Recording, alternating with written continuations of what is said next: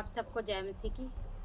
आज मैं बताऊंगी कि परमेश्वर घमंड के विषय में क्या कहता है। घमंड के विषय में परमेश्वर हमें चेतावनी देता है, क्योंकि यदि हमारे अंदर घमंड आएगा तो शैतान भी हमारे जीवन में काम करेगा। इसलिए हमें हर रोज जांचने की ज़रूरत है अपने जीवन में कि हमारे अंदर घमंड है या नहीं है। हालेलुया।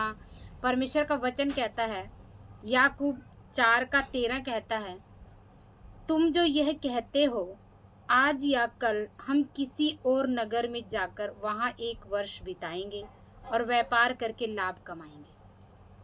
परमेश्वर का वचन कहता है कि ये इंसान क्या बोलते हैं कि हम जाएंगे और हम किसी और जगह पे जाएंगे और जाकर 1 वर्ष काम करेंगे और हम अपना लाभ कमाएंगे। किसके बारे में बात कर रहे हैं? कि हम अपना जीवन जो है अपने हिसाब से जिएंगे। लेकिन परमेश्वर का वचन क्या कह रहा है? और यह नहीं जानते कि कल क्या होगा। सुन तो लो, तुम्हारा जीवन है ही क्या। परमेश्वर का वचन कह रहा है कि तुम योजना बना रहे हो, कल के लिए योजना बना रहे हो कि कल हम ऐसा करेंगे, कल हम वैसा करेंगे, कल हम अपने घर को बनाएंगे, कल हम अपने बच्चे को ऐसा बनाएंगे। ऐसा करना जरूरी है, सोचना जरूरी है, लेकिन परमेश्वर का वचन कह रहा है कि हर एक बात में हमें परमेश्वर को लेकर आना है। आगे अभी मैं पढ़ूंगी तो क्या है कि परमेश्वर का वचन कह रहा है कि हमें क्या है कि वो हमारे जीवन के बारे में बता रहा है कि हमारा जीवन क्या है। कह रहा सुन तो लो, मतलब इतना फास्ट मत दौड़ो, मत बोलो कि इतनी योजनाओं बनाने से पहले ना एक बार परमेश्वर को उस योजना में शामिल कर लो। परमेश्वर ऐसा चाहता है। हमारे जीवन में कुछ भी हम योजना बनाते हैं तो हमें उसे परमेश्वर को शामिल करना है। और यदि हम परमेश्वर को उस योजना में शामिल नहीं करते हैं, इसका मतलब परमेश्वर का वचन कहता है कि हम घमंडी हैं और हम घमंड करते हैं। हालेलुया। कह रहा है सुन तो लो, तुम्हारा जीवन है ही क्या। तुम तो भाप के समान हो जो थोड़ी देर दिखाई देता है फिर लोप हो जाता है। हमारे जीवन को एक भाप की तरह आंका गया है, एक भाप की तरह बताया गया है कि जैसे पानी का भाप जो होता है थोड़ी देर के लिए वो दिखाई देता है और फिर वो उड़ जाता है और ख़त्म हो जाता है। क्या ऐसा ही जीवन हमारा नहीं है? हम सुनते हैं, आज को हम सुनते हैं, जिनके साथ हम रहते हैं आज को हम सुनते हैं वो बड़े ठीक ठाक थे, हम उनसे मिल कर आए, लेकिन कल को हम कई बार सुनते हैं कि वो तो ख़त्म हो गए, उनकी डेथ हो गई। जिस चीज़ को हम समझ भी नहीं पाते, जिस चीज़ को हमें लगता नहीं कि ऐसा होएगा, लेकिन ऐसा हो जाता है। तो परमेश्वर हमें इसी बात को समझा रहा है। किसी भी बात में हमें अपने घमंड को नहीं लेकर आना है, हमें हर एक बात में परमेश्वर को शामिल करना है। परमेश्वर का वचन कहता है, इसके विपरीत तुम्हें यह कहना चाहिए, यदि प्रभु चाहे तो हम जीवित रहेंगे और हम यह या वह काम भी करेंगे। तो परमेश्वर चाहता है कि जब आप कुछ भी काम करते हैं तो परमेश्वर को बीच में लेकर आए और परमेश्वर को बोलें, प्रभु तू चाहता है तो मेरे बच्चे ये पढ़ाई करेंगे, तू चाहता है तो मेरे बच्चे कल को जो भी आप करवाना चाहते हैं वो करेंगे, तू चाहता है तो मेरे बच्चे विदेश जाएंगे, तू चाहता है तो ये काम होगा। हालेलुया। परमेश्वर हमारे जीवन में ऐसा ही चाहता है। हमें जॉब करना, हमें पढ़ना है, तो क्या परमेश्वर को हमें बोलना होगा कि परमेश्वर तू चाहता है तो ऐसा हो और तू चाहेगा तो मेरे जीवन में ये बातें होगी। तो क्या कह रहा है? पर अब तुम अपने डींग मारने पर घमंड करते हो।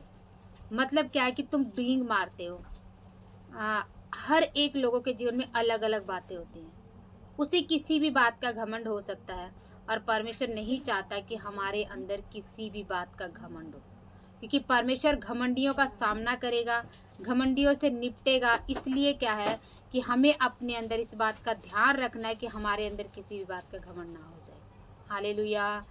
हमें लगता है कि हम अपने काम में बहुत अच्छे हैं, हमें परमेश्वर की ज़रूरत नहीं है, लेकिन परमेश्वर का वचन कहता है कि हर एक बात में परमेश्वर का नाम लेना हमें बहुत ज़रूरी है। कह रहा ऐसा सब घमंड बुरा होता है।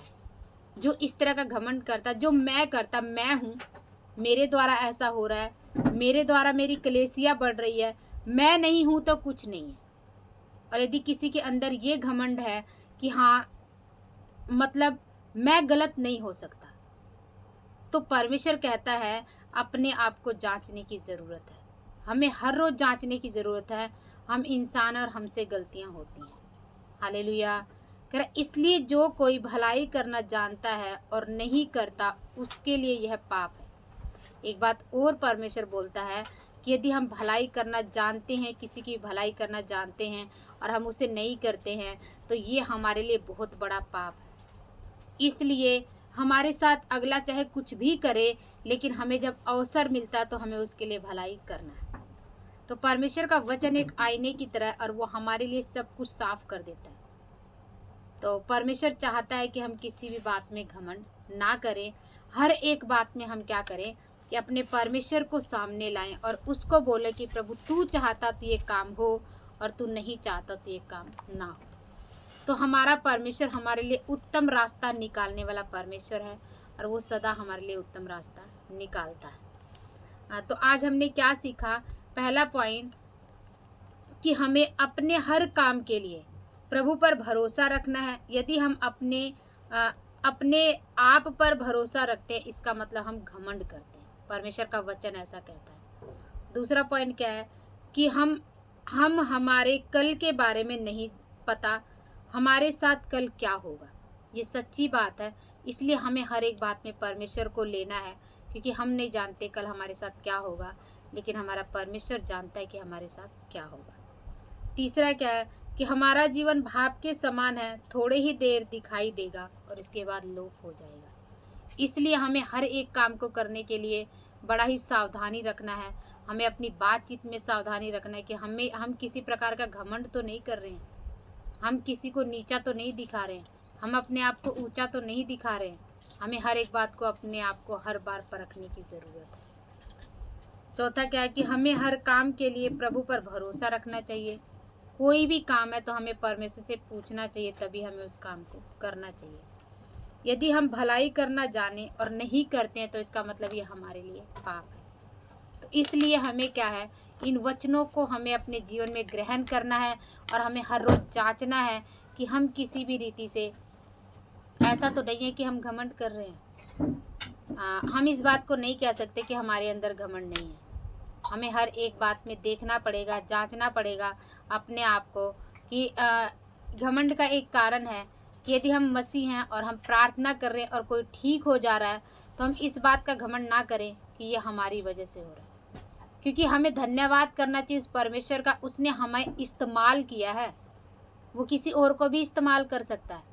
क्योंकि परमेश्वर का वचन क्या कहता है कि यदि तुम नहीं बोलोगे, अब ये पाम संडे गया है और लोगों ने क्या बोला यीशु मसीह को कि तू अपने चेलों को चुप करा ले, ये तेरी महिमा कर रहे हैं। वो कह रहे यदि ये नहीं बोलेंगे ना तो जो यहाँ पे पत्थर है ना वो चिल्ला उठेंगे। इसलिए यदि आप नहीं करोगे परमेश्वर का काम तो कोई और कर देगा।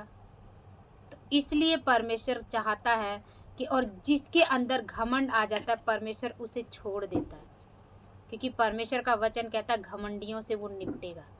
इसलिए परमेश्वर ने वचन में चेतावनी दी है, घमंडियों के विरुद्ध चेतावनी।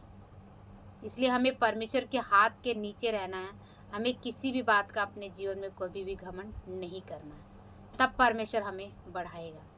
प्रभु इन वचनों के द्वारा आप लोगों को आशीष दे। यदि आपके जीवन में कोई ऐसी बात है तो आप उसे छोड़ें, परमेश्वर से प्रार्थना करें और उससे क्षमा मांगें। परमेश्वर आप सबको आशीष दे। आप सभी को जय मसीह।